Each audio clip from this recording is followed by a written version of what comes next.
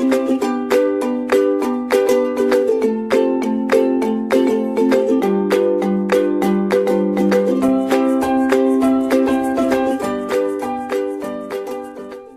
everybody, I am Dr. Lakshmi Tripathi. I am working as a professor in Agra Public Pharmacy College, Agra. Today I am here to discuss about the physical and chemical properties of fats and oils. As you must have seen in my earlier lectures of introduction of fats and oils, I have tried to give a clear-cut picture what are lipids, how fats and oil belong to the category of lipids, and what is the difference between fats and oils. Today in this lecture we are going to discuss about various physical and chemical properties which are associated with fats and oils. Now let us start with it. सबसे पहले पिछले lecture में ही हम ये बात देख चुके थे कि fats are triglycerides which are formed from saturated fatty acids, right. Saturated fatty acid से ट्राइग्लिसराइड फॉर्म होने के कारण हम ये बात जानते हैं कि जो सैचुरेटेड फैटी एसिड्स हैं उसमें कोई भी डबल बॉन्ड ना होने के कारण they are linear chains, they are linear chain of fatty acid. Like for example, if I draw here, this is the fatty head of the fatty acid and this is the linear chain, straight chain. So when these linear chain of saturated fatty acid pack together in a triglyceride form, क्या होता है, ये जो packing है ये बहुत अच्छी होती है, जिससे हमने ये देखा था पैकिंग बढ़िया होने से जो फैट्स हैं वो सॉलिड या सेमी सॉलिड फॉर्म में जनरली एग्जिस्ट करते हैं. यही बेसिक डिफरेंस था जहां पर दूसरा जो लिपिड है, जो ऑयल है, उसको हम डिफरेंशिएट करते थे फैट से. क्या डिफरेंस था? हमने देखा था कि ऑयल्स में जो फैटी एसिड स्ट्रक्चर है वो जनरली अनसैचुरेटेड है.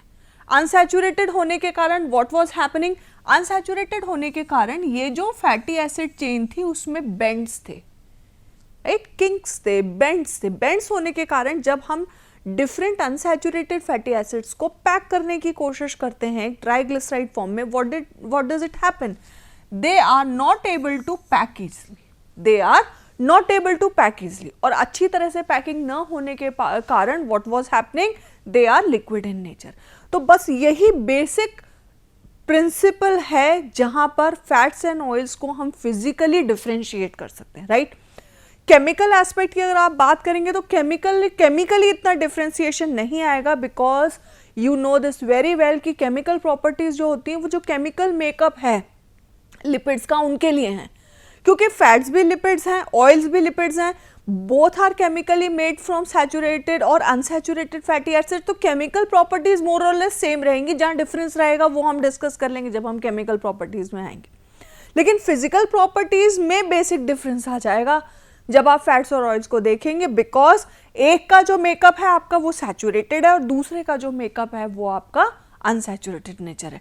तो यहीं से चलते हैं कि lipids or we say fats and oils are either liquid or non crystalline solids at room temperature. Mind it, they are non crystalline solids. Which all compounds exist in non crystalline form, वो जो कि क्यों ये crystalline form में नहीं आ सकता, क्योंकि इसमें एक लॉन्ग एलिफेटिक चेन है. ये इंट्रोडक्शन वाले लेसन्स में हम देख चुके हैं अच्छी तरह से. लॉन्ग एलिफेटिक चेन होने के कारण, ये जो लॉन्ग एलिफेटिक चेन है इसके कारण कंपाउंड आपका क्रिस्टलाइन फॉर्म में नहीं आ सकता है. इसलिए ईदर दे आर लिक्विड्स. अगर मैं ऑयल्स की बात करूं, ये अभी मैं आपको एक्सप्लेन कर चुकी हूं, दे आर लिक्विड्स और they are non crystalline solid. Second पे अगर मैं आती हूँ तो इन प्योर स्टेट्स अगर मैं फैट्स एंड ऑयल्स की बात करूँ तो they are colourless, odourless and tasteless. Sure you will say, हम सरसों का तेल का एग्जाम्पल लेते हैं, there is a characteristic odour in it. घी में भी एक कैरेक्टरिस्टिक ओडर होती है, लेकिन they are not very pungent, right. एक soothing characteristic odour may be present with fats and oils, but they are not very pungent and very characteristic to be identified with, right. So यहाँ पे इस बात को हमने एक छोटे से उसमें समराइज किया, because when we are talking about a broader aspect, बड़ा aspect oil fats and oils का मैं बात करूँ तो कोई बहुत ज़्यादा ओडर नहीं है, इसलिए हमने कहा कि they are odourless, surely colourless, they are usually transparent and tasteless also. बहुत एक्सक्लूसिवली पंजेंट या फिर स्पाइसी टेस्ट नहीं होता है, माइल्ड टेस्ट होता है, right. Next point, they are lighter than water and can float on it. ये बात हम पहले भी देख चुके थे कि फैट्स एंड ऑयल्स की जो डेंसिटी होती है वो वाटर के कंपैरिजन में कम है, and we know this very well. जिन भी कंपाउंड्स की डेंसिटी कम होगी वो वाटर के ऊपर फ्लोट करेंगे। Next property is they are insoluble in water and soluble in organic solvents. This is how lipids are defined. Lipids की जब मैं डेफिनेशन पे आई थी तभी हमने कहा था कि ये वो नेचर के कंपाउंड्स हैं जो नॉन पोलर सॉल्वेंट्स में तो सॉल्युबल होते हैं, वाटर में सॉल्युबल नहीं होते हैं। तो fats and oils retain their property of lipids, that is they are insoluble in water and they are soluble in organic solvents. Fats differ from oil in their degree of solidification at room temperature, right? यही बात आती है यहाँ पे, कितना solid form में रहेगा। Fats are usually solids और semi solids at room temperature, right? Whereas oils की अगर मैं बात करूँगी they are liquid. For example, आप sunflower oil की बात करिए, आप सरसों के तेल की बात करिए, आप groundnut oil की बात करिए, they all are oil. कितना भी ठंडा टेम्परेचर क्यों नहीं हो जाएगा, they will be liquid, right. लेकिन अगर आप घी की बात करते हैं, आप बटर की बात करते हैं, तो at higher temperatures they melt and they come in liquefied form, where as usually they are semi solid और solid. If you talk of coconut oil also is made of a large portion of saturated fatty acid, right? Because coconut oil is made up of a large portion of saturated fatty acid, so it is usually observed that when temperature increases, coconut oil is liquid in nature, and when temperature decreases, it solidifies like in winters, right? The next property is increasing the degree of unsaturation and length of the carbon chain of fatty acids. Fat and oil increase the refractive index. What we have this, what is refraction of light? Refraction of light is when light passes through a medium, a bend occurs in its path, this is refraction. If this medium, like for suppose this is the band of light, this is the medium, here you have filled your fat and oil. If the light is passing through this medium, what will happen? There is a bend, usually there is a bend, some refraction, but when it is passing through fats and oil, long lipid chain, sometime it may be saturated in case of fats and many times it may be unsaturated in case of oils. What happens? More bend occurs. So this is what ये यहाँ पे कहने की कोशिश कर रहा है कि जैसे जैसे आप डिग्री ऑफ अनसैचुरेशन बढ़ाएंगे, कहने का मतलब ये है कि फैट्स का जो रिफ्रैक्टिव इंडेक्स है वो कम होगा, ऑयल्स का रिफ्रैक्टिव इंडेक्स ज़्यादा होगा। क्यों? क्योंकि हमें पता है basically oils unsaturated fatty acid से बने हैं और अनसैचुरेटेड फैटी एसिड से बने होने के कारण उनमें डबल बॉन्ड्स ज़्यादा हैं, राइट।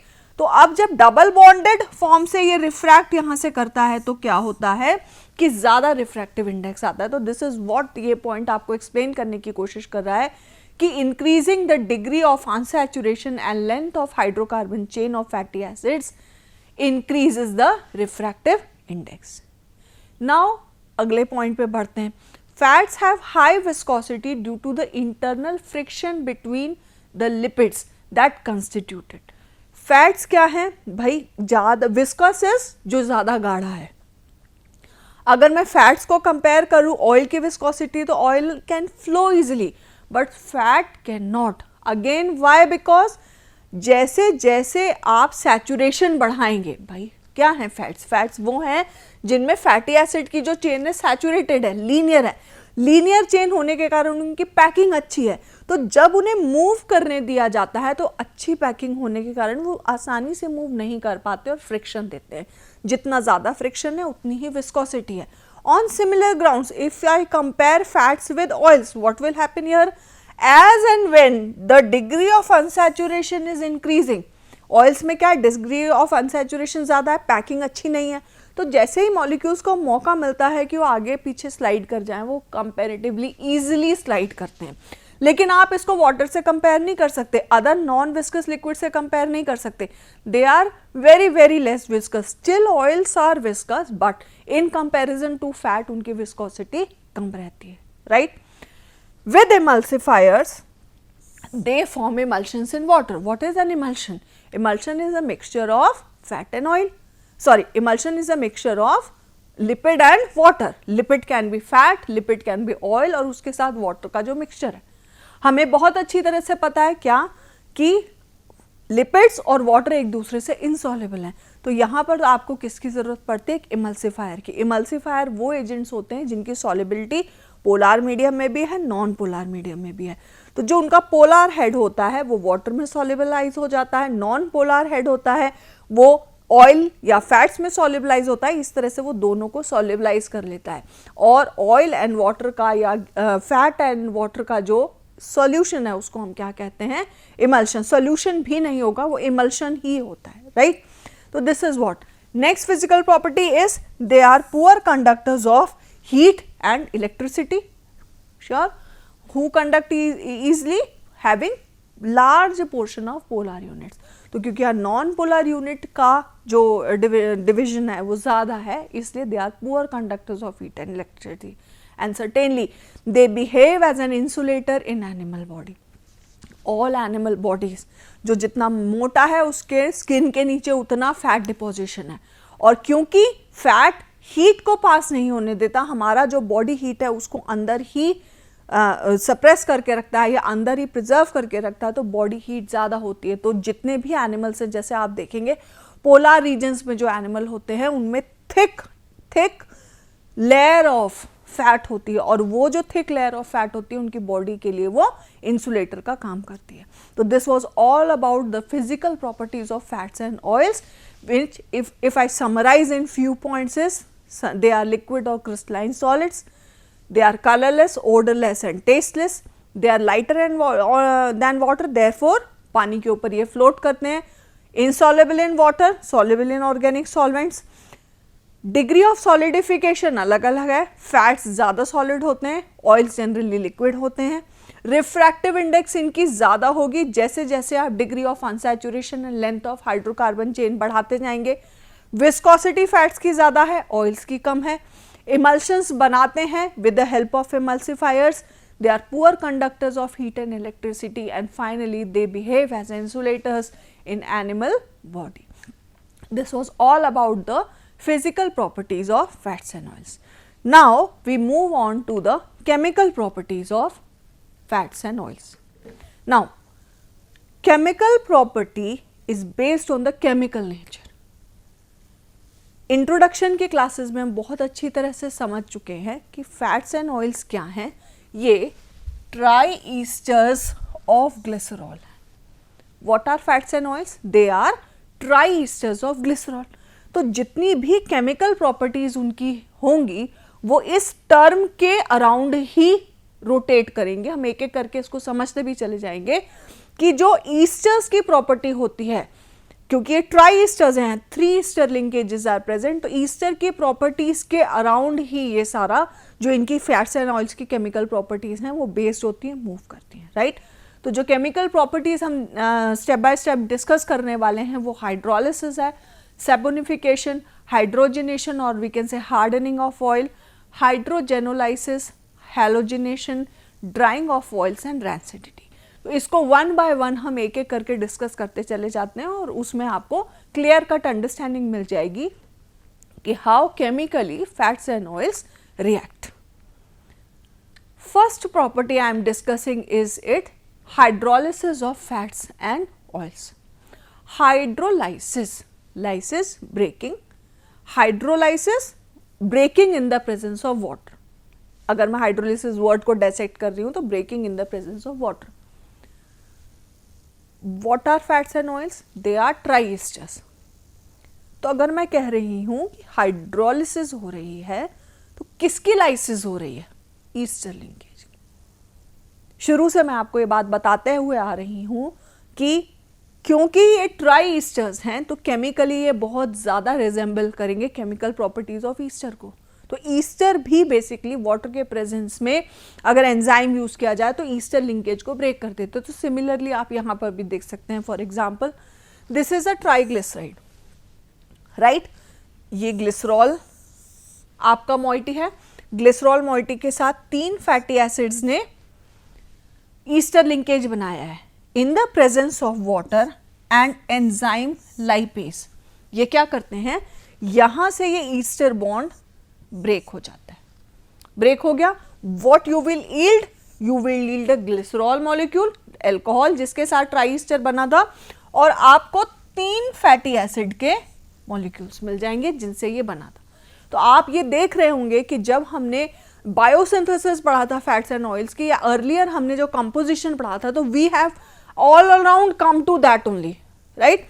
हाइड्रोलिसिस करके आपने जब उसको बायोसिंथेसाइज किया, जब सिंथेसाइज किया, तो आपने क्या किया, आपने 3 फैटी एसिड यूनिट को ग्लिसरॉल के साथ ईस्टर बनवाया और आपके पास ट्राइग्लिसराइड मिल गए। और सिमिलर ग्राउंड्स, जब आप हाइड्रोलिसिस करते हैं तो क्या होता है, ये जो ट्राई ईस्टर है वो वाटर के प्रेजेंस में लाइपेज एंजाइम होगी, ब्रेक हो जाएगा, ग्लिसरॉल और 3 फैटी एसिड के यूनिट दे देगा, right. Where does this reaction takes place, it takes place in our colon, in our intestine. जो भी न्यूट्रिएंट हम फैटी न्यूट्रिएंट लेते हैं, फैट लेते हैं, ऑयल लेते हैं, वो इंटेस्टाइन में जाके lipase enzyme is present in a good amount there in our intestine, और वहां पे वाटर के प्रेजेंस में ब्रेक हो जाता है ग्लिसरॉल और फैटी एसिड। फिर ये जो फैटी एसिड्स हैं ये फिर फर्दर लिपोलाइसिस में एंटर कर जाते हैं और फिर लार्ज अमाउंट ऑफ एनर्जी को प्रोड्यूस करते हैं। ये हमने इंट्रोडक्शन वाले लेसन्स में भी देखा था कि they are store house of large amount of energy. Mitochondria में जाके ये large amount of ATP produce करेंगे। तो the first chemical reactions fats and oils were giving were hydrolysis, right. Triglyceride in the presence of enzyme lipase, tri ester linkage है वो break हो गया, glycerol molecule आपको मिल गया और 3 फैटी एसिड मॉलिक्यूल मिल गए, right. Now come on to the next chemical property of fats and oils. This is one more example, this is a one more specific example. आप देख सकते हैं यहां पर dioleo palmitate. Dioleo means 2 oleic acid molecule हैं और 1 palmitic acid molecule है। आप यहां पे देखिए, ये जो है दिस इज ओलिक एसिड और ये है palmitic acid. There are 2 fatty acids. If you remember our introduction lesson, ये क्या है? It is an example of mixed triglyceride. Mixed triglyceride का example कैसे है? यहाँ पे ग्लिसरॉल के साथ 3 ईस्टर लिंकेज करने के लिए जो फैटी एसिड्स यूज हो रहे हैं वो फैटी एसिड सेम नहीं है, डिफरेंट है। और डिफरेंट ही नहीं है, 2 सैचुरेटेड है इनमें और 1 अनसैचुरेटेड है, मतलब टोटली डिफरेंट है। तो अब यहां से अगर मैं देखूं तो डाइओलियो पाल्मिटेट क्यों? क्योंकि 2 ओलिक एसिड मॉलिक्यूल्स हैं और 1 पाल्मिटिक एसिड मॉलिक्यूल है। जब ये वाटर के प्रेजेंस में लाइपेज एंजाइम से हाइड्रोलाइज होता है तो ये ग्लिसरॉल दे देगा, 1 पाल्मिटिक एसिड का मॉलिक्यूल मिल जाएगा और आपके 2 ओलिक एसिड के मॉलिक्यूल मिल जाएंगे। तो dioleo palmitate is present in good concentration in animal fat we take, right. तो वहां पे जब वो कोलोन में पहुंचता है तो ये फैटी एसिड्स में ब्रेक हो जाता है और फाइनली फिर फैटी एसिड लिपोलाइसिस की साइकिल को एंटर करके लार्ज अमाउंट में एनर्जी प्रोड्यूस करते हैं। Now let us move on to the next chemical property. Next and very important chemical property is saponification. The word saponification was also discussed जब हम lipids की classification को discuss कर रहे थे। लिपिड्स की क्लासिफिकेशन अगर आप याद करें तो हमने लिपिड्स को 2 ही तरह से क्लासिफाई किया था, एक सैपोनिफिएबल लिपिड्स थे और दूसरे नॉन सैपोनिफिएबल लिपिड्स थे। उस समय मैंने आपको कहा था कि जो लिपिड्स सोप बनाते हैं, सैपोनिफाई हो पाते हैं, वो सैपोनिफिएबल है। Now we will understand this term saponification chemically. Just look to the reaction once. Triglyceride, fat और ऑयल जो भी आपका प्रेजेंट है, जब वो किसी बेस के साथ रिएक्ट करता